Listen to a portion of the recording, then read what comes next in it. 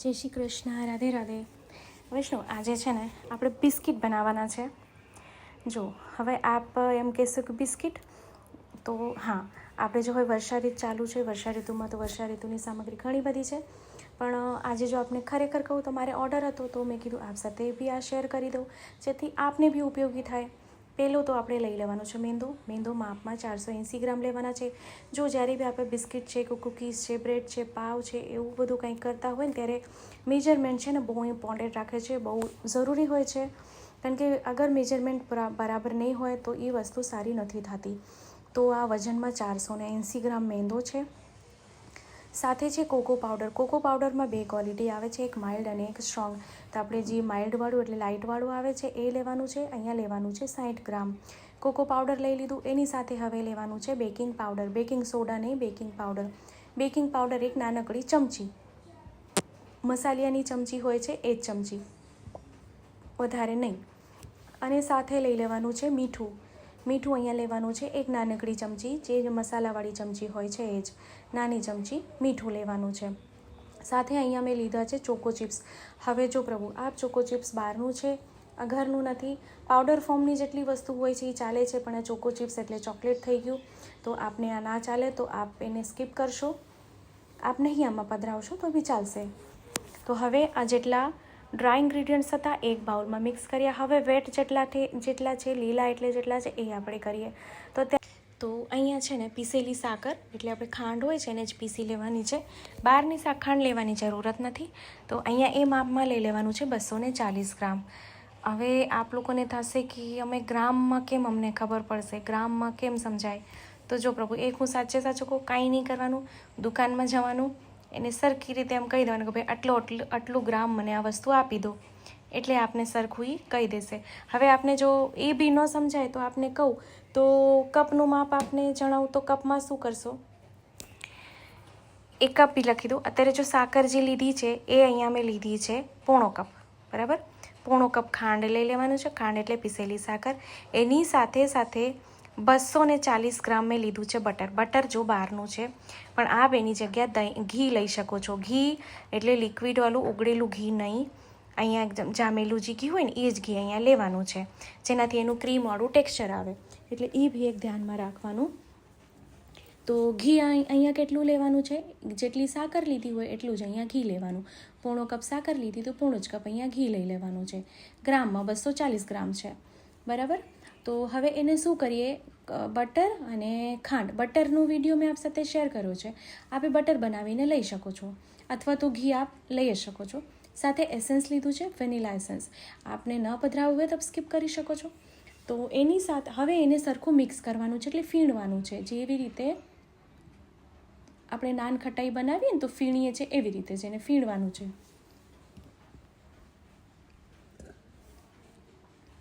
તો આપ પાસે જો ઇલેક્ટ્રિક બીટર હોય તો ઠીક છે, અને ના હોય તો આવી રીતે વિસ્કર હોય તો એનાથી ફીણવાનું. અને આવી રીતે વિસ્કર ના હોય તો ચમચી કે ચમચો કાંઈ બી લઈ લો, એનાથી ફીણી લો, ચાલશે. જે આપ પાસે અવેલેબલ હોય, જે હોય એનાથી. તો એને ફીણીએ એટલે ક્રીમ જેવું ટેક્સચર થઈ જશે. તો ક્રીમ જેવું ટેક્સચર થશે તો જે બિસ્કિટ છે ખૂબ સુંદર બનશે. તો જો આપને મેં પહેલાં જણાવ્યું કે જ્યારે બી બ્રેડ, પાવ, બિસ્કિટ, કૂકીઝ બનાવીએ ત્યારે મેજરમેન્ટ બહુ ઇમ્પોર્ટન્ટ છે, તો જ વસ્તુ સારી બને છે, નહીંતર નથી બનતી. એક બી મિસ્ટેક થઈ જાય ને તો બધું ખરાબ થઈ જાય છે. જેવું રિઝલ્ટ આપણે જોયું એવું નથી થતું. પછી એવું થાય છે કે અમે તો આવી રીતે જ કર્યું, તો અમારું કેમ આમ ન થયું? તો ના, કાંઈક ને કાંઈક મિસ્ટેક થાય જ છે, તો જ આપણી વસ્તુ સારી નથી બનતી. તો હવે હવે ફીણાઈ ગયું, ક્રીમ જેવું ટેક્સચર આવી ગયું. હવે જે આપણે ડ્રાય ઇન્ગ્રીડિયન્ટ્સ બધા મિક્સ કરી રાખ્યા હતા એ આમાં બધું પધરાવી દઈશું. અહીંયા દૂધનો ઉપયોગ કરવાનો છે. દૂધ નોર્મલ રૂમ ટેમ્પરેચરવાળું લીધું છે. સાવ ઠંડુ ફ્રીજવાળું નહીં, સાવ ગરમ ગેસ પર ઉકળતું દૂધ હોય એ બી નહીં, એકદમ નોર્મલ ટેમ્પરેચરવાળું દૂધ હોય એ લેવાનું છે. 100 ml. 100 ml આપને કહું તો 1/3 કપ થશે અહીંયા દૂધ. તો એને સરખું મિક્સ કરીને પછી આવી રીતે, પહેલાં તો મેં સ્પેચ્યુલાથી કર્યું છે, આપ હાથેથી કરો. પછી આપણે એને હાથેથી મિક્સ કરશું. આવી રીતે મિક્સ કરીને પછી હાથેથી સરખું મસળી લેવાનું છે, એને હાથેથી સરળતા થાય. તો જો પ્રભુ, આપને વિડીયો કેવો લાગે છે, કેવો લાગ્યો છે મને કમેન્ટ કરશો. અને આપને ગમે તો આપણા ગ્રુપમાં શેર કરી દેશો, જેથી શું છે કે વધુથી વધુ લોકો સુધી વિડીયો પહોંચી જાય અને એને પણ ઉપયોગી થઈ શકે. જે બહારનું નથી લેતા, થઈ શકે છે એના માટે બહુ યુઝફુલ થઈ જાય આ વિડીયો. તો દૂધ બી અહીંયા આપણે પધરાવી દઈએ. પહેલાં થોડુંક પધરાવ્યું, પછી ફરીથી બીજી વાર પધરાવી દઈએ, પણ 100 ml અહીંયા દૂધ જોશે. હજી બીજા ઘણા બધા બિસ્કિટ છે, તો અગર આપને એના વિડીયો બી જોવા છે તો મને કમેન્ટ કરશો, ચોક્કસથી રિપ્લાય કરીશ. મને ઘણા ટાઈમ પહેલાં એક વૈષ્ણવનું કમેન્ટ આવેલું કે બ્રેડ અને પાવ ઈસ્ટ વગરના આપ શેર કરો, તો ઈસ્ટ વગરના બી બ્રેડ પાવ હું આપ સાથે ચોક્કસથી શેર કરીશ. તો આનું જે લોટ છે ને, જો દૂધ વધારે બી ન જોવે અને દૂધ ઓછું બી ન જોવે, બધી જે વસ્તુ છે, જે બધી સામગ્રી છે, બધાનું માપ એકદમ સરખું એટલે પ્રોપર હોવું જોઈએ. તો જ બિસ્કિટ જે છે ને, બિસ્કિટ કૂકીઝ તો જ બધા સારા થાય છે, નહીં તો નથી થતા. તો અહીંયા આપજો, અને જે ડો છે સુંદર પરોઠા જેવો થઈ જશે. આપને એવું જ લાગશે કે પરોઠા જેવું છે, હાથમાં આપ લેશો ને તો એવું ઢીલું લાગશે.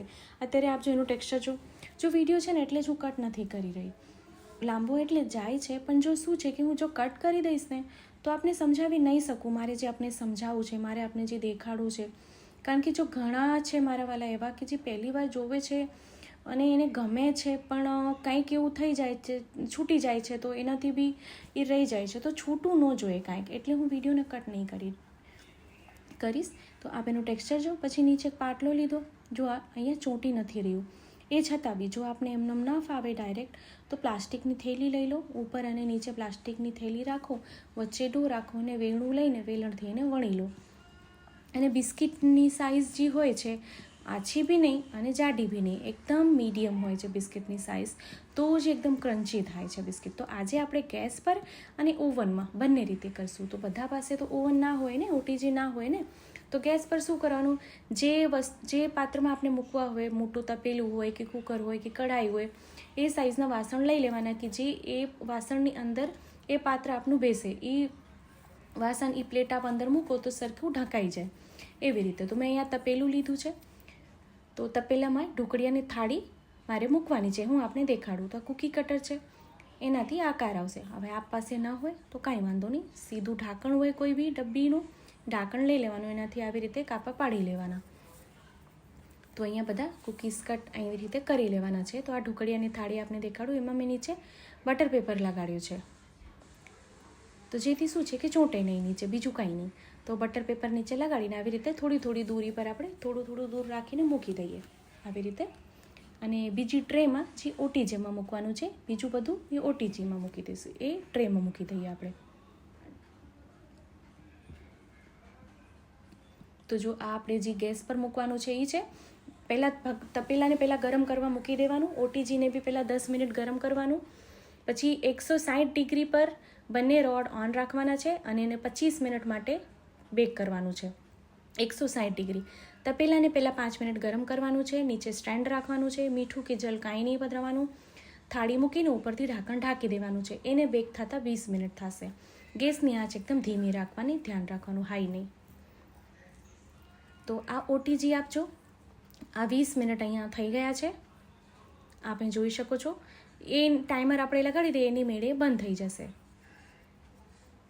હવે તપેલાવાળું આપણે જોઈ લઈએ, એ પણ થઈ ગયું છે, એને બી 20 મિનિટ થઈ ગઈ છે, એને બી આપણે બહાર કાઢી લઈએ.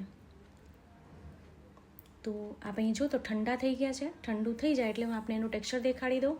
આપણે જોઈ શકો એનું ટેક્સચર ખૂબ સુંદર આવી ગયું છે, એકદમ સુંદર બેક થઈ ગયા છે. ઓટીજી ના હોય તો એ આપ ગેસ પર એને બેક કરી શકો છો. આપણે એને ટૂંક કરીને દેખાડી દીધા, જેથી આપને કોઈ મૂંઝવણ ના આવે, આપને કોઈ ડાઉટ ના આવે. તો આપજો કેટલા સુંદર એનું ટેક્સચર આવી ગયા છે, એકદમ બિસ્કિટ બહારના હોય છે સેમ.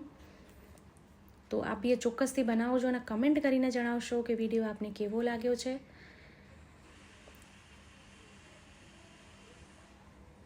તો આપને આ બી એક હું હજી ટૂંક કરીને દેખાડી દઉં, તોડીને દેખાડી દઉં. આ બિસ્કિટ પણ જે ઓટીજીમાં કર્યા છે, તો આપને ખ્યાલ આવશે. ફરીથી મળશું નવા વિડીયો, નવી સામગ્રીની સાથે. ત્યાં સુધી આપ સૌને મારા જય શ્રી કૃષ્ણ.